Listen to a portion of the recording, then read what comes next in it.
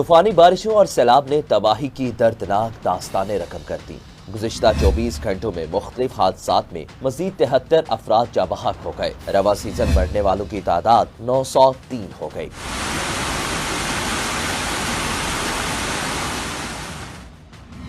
Report کے مطابق سندھ میں سب سے زیادہ ہلاکتیں ہوئی، جہاں 293 اموات ریکارڈ ہوئی۔ بلوچستان میں ہلاک ہونے والے افراد کی تعداد 230 تک جا پہنچی۔ خیبر پختونخوا میں جاں بحق افراد کی تعداد 169 ہو گئی۔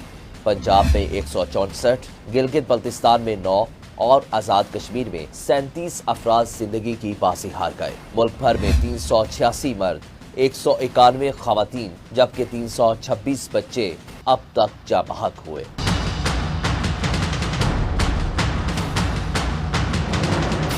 NDMA کے اعداد و شمار میں بتایا گیا ہے کہ 14 جون سے اب تک زخمی ہونے والے افراد کی کل تعداد 1293 ریکارڈ کی گئی۔ 1,97,182 گھر تباہ ہوئے۔